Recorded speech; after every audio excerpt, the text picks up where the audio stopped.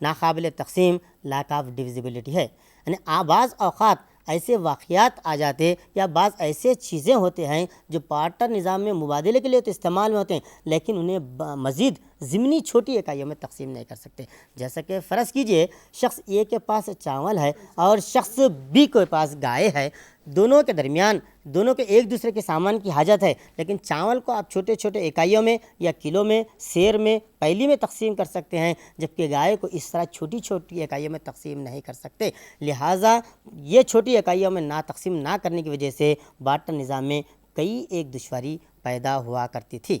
ناقابل ذخیرہ بارٹر نظام کی ایک اہم خامی تھی کہ آپ جانتے ہیں کہ چند چیزیں دیر پا ہوتے ہیں اور چند چیزیں غیر دیر پا ہوتے ہیں۔ انڈا، گوشت، مچھلی، ترکاری وغیرہ قلیل وقت میں یہ بالکل ناکارہ ہو جاتے ہیں، ضائع ہو جاتے ہیں، جبکہ چاول، جوار وغیرہ کو 1 سال کی مدت تک محفوظ رکھ سکتے ہیں، بلکہ اس سے زیادہ انہیں محفوظ نہیں رکھا جا سکتا۔ اس طرح جن اشیاء کی پیداوار ہوا کرتی تھی انہیں ایک طویل مدت تک محفوظ نہیں رکھا جا سکتا تھا، جس کی وجہ سے مستقبل میں ان کو استعمال کرنے کی کوئی گنجائش نہیں تھی۔ اسی لیے بارٹر نظام کے تحت ان کے پاس جو چیزیں موجود ہوا کرتی تھی اس کے ذریعے اپنی ضرورت کی چیزیں حاصل کیا کرتے تھے۔ اور 5ویں اہم خامی بارٹر نظام کی ملتوی ادائیگیوں میں دقت، لیک آف ڈیفرڈ پیمنٹس، یعنی جن اشیاء کی پیداوار ہوا کرتی تھی انہیں مستقبل میں ادا کرنے کی، جیسا کہ آج کے دور میں اگر کسی شخص کو اگر پیسوں کی ضرورت ہے تو یعنی کسی چیز کو مال کی ضرورت ہے تب پیسہ بدل لے کر مستقبل میں ادا کر سکتا ہے، ایک مدت کے بعد اس کی ادائیگی ہو سکتی ہے، لیکن بارٹر نظام میں مستقبل میں ادائیگی کی ایسا کوئی طریقہ کار نہیں تھا۔ ان بارٹر نظام کی خامیوں کو دیکھتے ہوئے ہام نے 1946 عیسوی کو مانیٹری تھیوری میں اس طرح کا اظہار کرتے ہیں: بارٹر نظام کے تحت صفت، مقدار، معیار، خواہش وغیرہ کے اعتبار سے افراد کا آپس میں متفق ہونا تقریباً ناممکن ہے، جیسا کہ آج کے جدید معاشی دور میں زر کی بدولت روزانہ لاکھوں افراد لاکھوں اشیاء اور خدمات کا تبادلہ کرتے ہیں۔ اس جین ہام کے خیال سے اندازہ ہوتا ہے کہ بارٹر نظام میں کتنی خامیاں پائی گئی تھیں۔ It is next to impossible that all wishes of bartering individuals should coincide as to the kind, quality and quantity and value of things which are mutually desired, especially in a modern economy in which on a single day millions of persons may exchange millions of goods and services۔ آپ اندازہ لگا سکتے ہیں کہ barter نظام میں کتنے خامیاں تھیں۔ زمانے کی ترقی کے ساتھ ساتھ ادوار میں تبدیلی واقع ہوتے گئی، انسان مہذب بنتا گیا، کئی سلاطین، کئی مہاراجاؤں کے دور سے گزرتے ہوئے زر کا وجود عمل میں آیا۔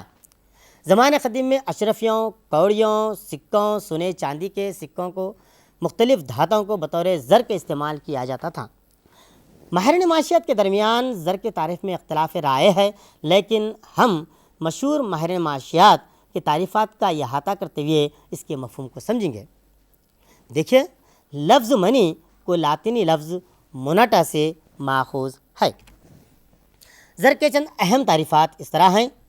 مشہور ماہر معاشیات کروتھر کے مطابق کوئی بھی چیز جو عام طور پر مبادلے کے لیے قابل قبول ہو، اس میں 3 خصوصیات: اعلیٰ مبادلہ، قدر کا پیمانہ اور ذخیرے کی صلاحیت پائی جاتی ہو، اس کو زر کہتے ہیں۔ Anything that is generally acceptable as a means of exchange and that at the same time act as a measure and store of value۔ مشہور ماہر معاشیات پروفیسر واکر کے مطابق زر کو اس کے افعال سے پہچانا جاتا ہے۔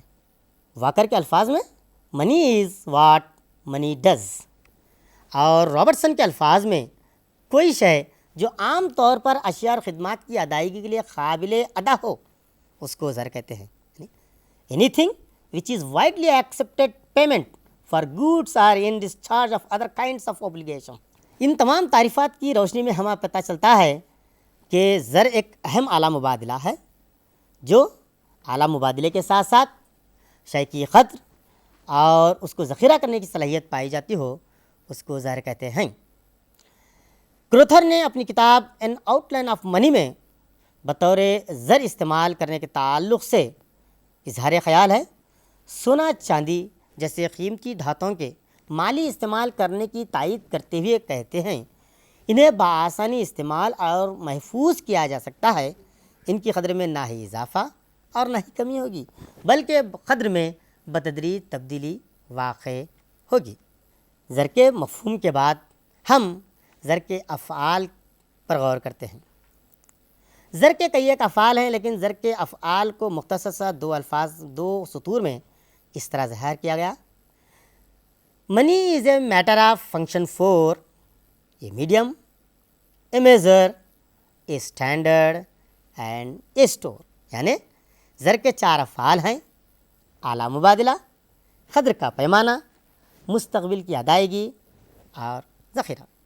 زر کے کئی ایک افعال ہیں، لیکن ہم زمانے کی ترقی کے ساتھ ساتھ اس کے اہم افعال اس طرح ہیں: اعلیٰ مبادلہ، میڈیم آف ایکسچینج، قدر کا پیمانہ، میزر آف ویلو، قابل ذخیرہ، اسٹور آف ویلو، ملتوی کی ادائیگی، ڈیفرڈ پیمنٹ اور قدر کی منتقلی، ٹرانسفر آف ویلوز۔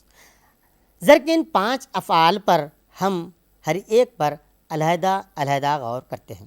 اعلیٰ مبادلہ، زر کا سب سے اہم کام اور بنیادی کام اعلیٰ مبادلہ ہے، یعنی کوئی بھی شخص کسی بھی مقام پر کسی بھی شے کو خرید سکتا ہے یا کسی بھی شے کی خریدی کے لیے زر کو بطور اعلیٰ مبادلے کے استعمال کر سکتے ہیں۔ مثال کے طور پر کسی کتاب کی دکان سے آپ 100 روپے ادا کرتے ہوئے یا اس کی قیمت ادا کرتے ہوئے کوئی کتاب حاصل کر سکتے ہیں، پین کو خرید سکتے ہیں، کپڑے خرید سکتے ہیں، کسی ترکاری کی دکان سے ترکاری خرید سکتے ہیں، گوشت کی دکان سے گوشت خرید سکتے ہیں، کسی بھی بازار سے کسی بھی چیز کو اس کی قیمت ادا کرتے ہوئے آپ مال حاصل کر سکتے ہیں۔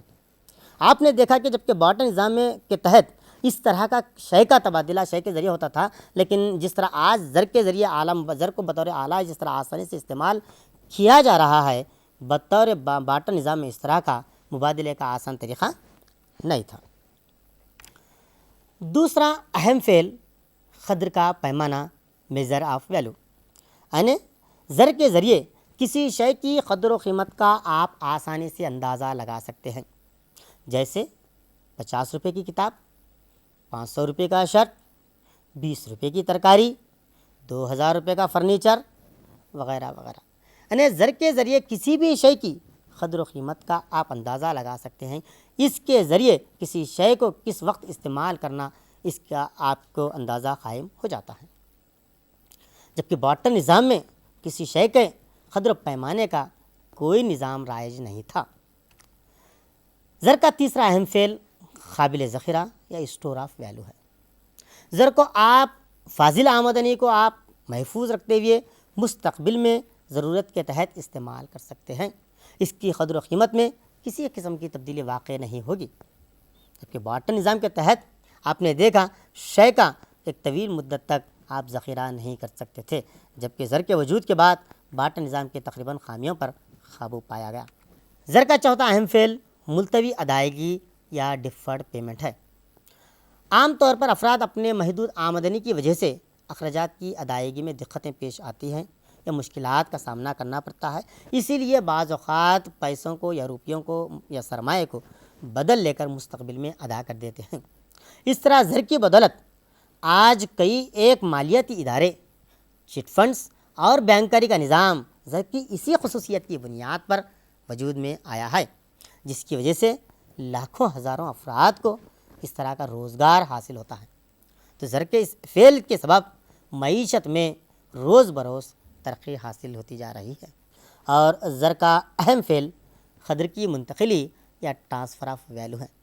آپ زر کو ایک مقام سے دوسرے مقام یا ایک شخص سے دوسرے شخص کو آسانی سے منتقل کر سکتے ہیں، یا زر کی منتقلی سے اس کی قدر و قیمت میں کسی قسم کی کمی واقع نہیں ہوگی۔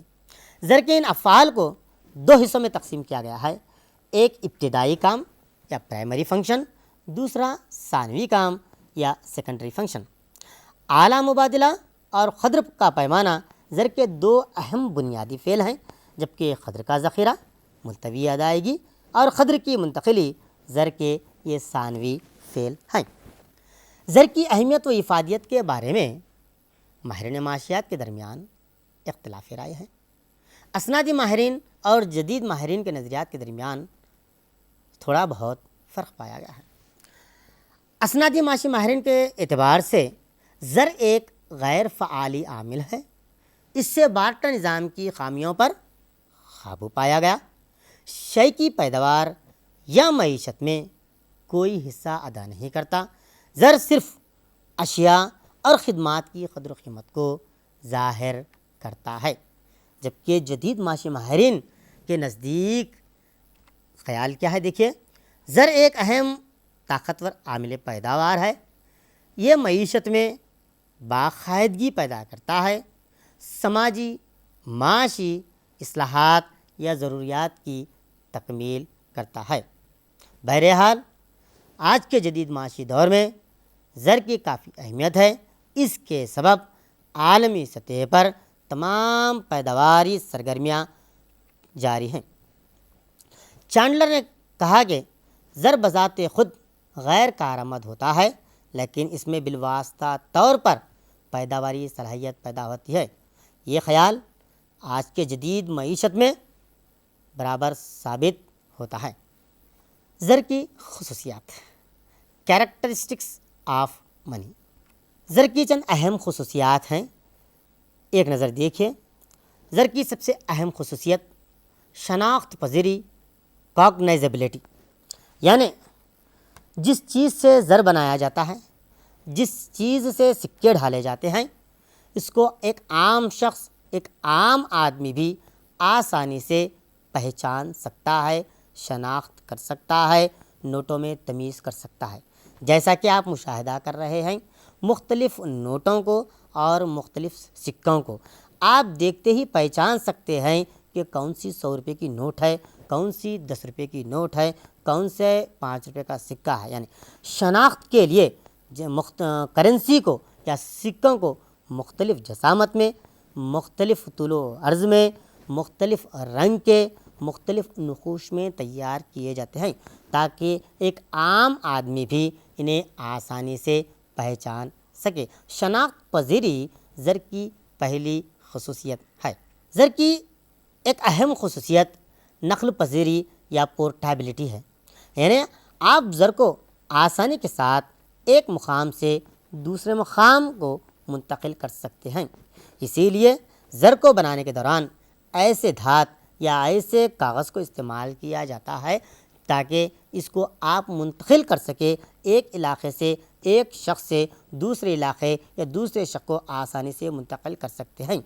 زر کی نقل پذیری سے اس کی قدر و قیمت میں کوئی فرق نہیں ہوگا اور اس پر کوئی منفی اثر بھی نہیں پڑے گا۔ اسی سبب زر کو آسان شکلوں میں ڈھالے جاتے ہیں۔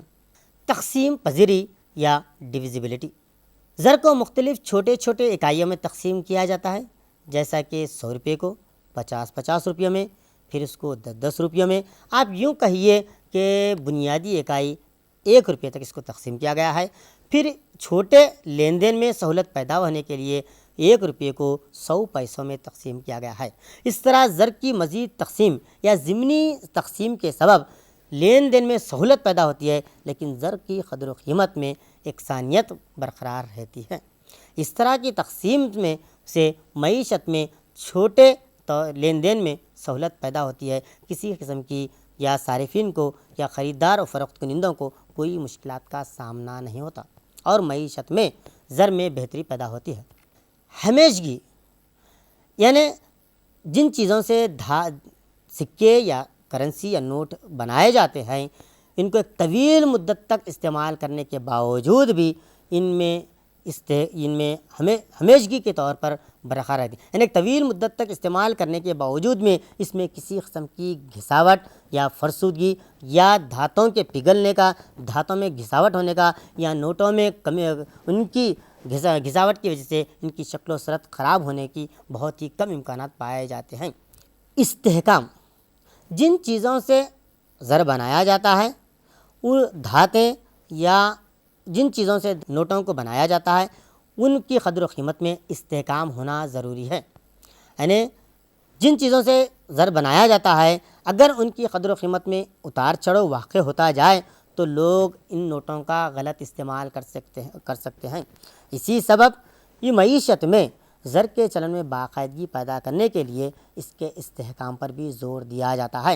یعنی جن چیزوں سے زر بنایا جاتا ہے یا جن دھاتوں سے زر بنایا جاتا ہے اس کی قدر و قیمت میں یکسانیت پائی جانی چاہیے، لہٰذا ایسے دھاتوں کو استعمال نہیں کیا جاتا جو معیشت میں یا غلط اثرات پیدا کرتے ہوں۔ ہم نوی یا ہوموجینٹی یعنی جتنے سکے بنائے جاتے ہیں، جتنے نوٹس بنائے جاتے ہیں، تمام سکے اور نوٹس آپس میں یکساں خصوصیات، یکساں قدر و قیمت رکھتے ہیں، یکساں مالیت کے ہوتے ہیں۔ نہ ہی نوٹوں کو سکوں پر افضلیت ہوتی ہے اور نہ ہی سکوں کو نوٹوں پر افضلیت ہوتی ہے۔ ہر اعتبار سے تمام سکے یا تمام کرنسی نوٹ میں یکسانیت پائی جاتی ہے۔ عزیز طلباء، آپ سب جانتے ہیں کہ دنیا میں 3 طرح کے معاشی نظام رائج ہیں۔ ایک سرمایہ دارانہ معاشی نظام، دوسرا اشتراکی معاشی نظام، تیسرا مخلوط معیشت یا ملی جلی معیشت۔ سرمایہ دارانہ معاشی نظام میں یا سرمایہ داریت میں اشیاء کی پیداوار اور قیمتوں کا تعین پر سرمایہ دار طبقے کا قبضہ ہوتا ہے۔ وہی اشیاء کی پیداوار کرتے ہیں، وہی قیمتیں مقرر کرتے ہیں، وہی سب چیز کے مالک ہوتے ہیں۔ عوامی فلاح بہبودی ان کا مقصد نہیں ہوتا بلکہ بیشترین منافع حاصل کرنا ہوتا ہے۔ اسی کے سبب سرمایہ دار طبقہ منافع کے تحت عاملین پیداوار کو اپنے مقصد کے تحت استعمال کرتے ہیں۔ جس طرح سرمایہ دارانہ معاشی نظام میں سرمایہ کے کاروبار بڑھتے جاتے ہیں یا صنعتیں قائم ہوتے جاتے ہیں، روزگار کے ذرائع میں اضافہ ہوتا جاتا ہے، بلحاظ معیشت میں استحکام بھی پیدا ہوتا ہے۔ اس طرح اشتراکی معاشی نظام میں ایک منصوبہ بند معیشت ہوتی ہے جہاں پر عوامی فلاح بہبودی کو بھی اولین اہمیت دی جاتی ہے، معاشی ترقی اہمیت کا حامل ہوتی ہے۔ اسی لیے حکومت منصوبہ بند طریقے سے اشیاء کی پیداوار کرتی ہے، قیمتوں کا تعین کرتی ہے، ذرائع اور وسائل کو عوامی فلاح بہبودی کے لیے استعمال کرتی ہے۔ اشتراکی معاشی نظام میں سرمایہ دار معاشی نظام کی طرح یہاں پر بھی سرمایہ کی زر کی کافی اہمیت ہوتی ہے۔ زر کے وجود کی وجہ کے بعد ہی اشتراکی اور سرمایہ دار معاشی نظام میں بھی استحکام پیدا ہونے لگا، قیمتیں مقرر ہونے لگی، عوام کی ضروریات کا خیال رکھا جانے لگا اور عوامی فلاح بہبودی کے لیے مناسب منصوبے تشکیل دیے جانے لگے۔ اسی طرح مخلوط معیشت یا ملی جلی معیشت میں جہاں پر خانگی اور حکومت دونوں ادارے بھی عوام کی فلاح بہبودی کے لیے کام کرتے ہیں، مخلوط معیشت میں سب سے اہم مقصد عوامی فلاح بہبودی کی ہوتی ہے۔ عوامی فلاح بہبودی کے ساتھ ساتھ معیشت کی ترقی یا معاشی استحکام بھی مقصد ہوتا ہے۔ اسی لیے حکومت اہم ذرائع اور وسائل کو استعمال کرتی ہے، ساتھ ہی ساتھ خانگی اداروں کو بھی ذرائع پیداوار کرنے کی اجازت دیتی ہے، لیکن اس بات کا خیال رکھا جاتا ہے کہ عوامی فلاح بہبودی کو کسی قسم کا نقصان نہ پہنچے۔ ان تینوں معاشی نظام میں اگر بارٹر نظام کے تحت اگر دیکھا جائے گا تو تینوں معاشی نظام کا وجود نہیں رہے گا، بلکہ اگر زر کے وجود بھی اگر دیکھا جائے تو تینوں معاشی نظام میں بھی زر کی کافی اہمیت افادیت پائی جاتی ہے۔ سرمایہ دارانہ نظام میں اب زیادہ منافع یا بیشترین منافع حاصل کرنے کے مقصد کے تحت سرمایہ دار اپنے وسائل کو اپنے مقصد کے تحت استعمال کرتے ہیں، جبکہ اشتراکی معاشی نظام میں قیمتوں کا اس طرح کا نظام رائج کیا جاتا ہے کہ جس سے معیشت میں استحکام، عوامی فلاح بہبودی برقرار رہ سکے۔ اسی طرح مخلوط معیشت میں حکومت خانگی اداروں کو بھی اشیاء کی پیداوار کی اجازت دیتی ہے تاکہ متوازن ترقی حاصل ہو سکے۔ اگر زر کا وجود نہ ہوگا تو اس طرح کے معاشی نظام کا معاشی نظام کا کوئی خیال ہی نہیں کیا جا سکتا۔ گویا زر کی بدولت ہر معاشی نظام میں یا زر کی اہمیت ہر معاشی نظام میں بالکل ہی درست پائی گئی ہے۔ کوئی بھی معیشت بغیر زر کے اپنی معاشی نظام میں یا معیشت میں استحکام پیدا نہیں کر سکتے۔ عزیز طلباء، آج کے مختصر سے تعلیمی سفر میں ہم نے دیکھا بارٹر نظام کی تعریف، اشیاء کے بدلے اشیاء کا تبادلے کو بارٹر نظام کہتے ہیں۔ اس نظام کی اہم خامیات ہے دوہرے خواہشات کی کمی، ناقابل قدر، ناقابل تقسیم، ناقابل ذخیرہ اور ملتوی ادائیگیوں میں دقت۔ اس کے بعد زر کے افعال، money is a matter of function four, یہ medium a measure, a stock, a defer. زر کے 4 افعال ہیں۔ ان افعال کے بعد زر کے خصوصیات کو بھی ہم نے دیکھا۔ غالباً آج کا مختصر سا تعلیمی سفر ہمارے عزیز طلباء و طالبات کے ساتھ ساتھ ناظرین کو بھی پسند آیا ہوگا۔ تشنگی برقرار رہے گی۔ آپ کے مشورے ہمیں روانہ کیجیے۔ آپ کے مشوروں کے منتظر ہم ہیں۔ آپ کے مشوروں کو اگلے نشست میں ملحوظ رکھا جائے گا۔ تب تک کے لیے ہم سب کو اجازت دیجیے۔ خدا حافظ۔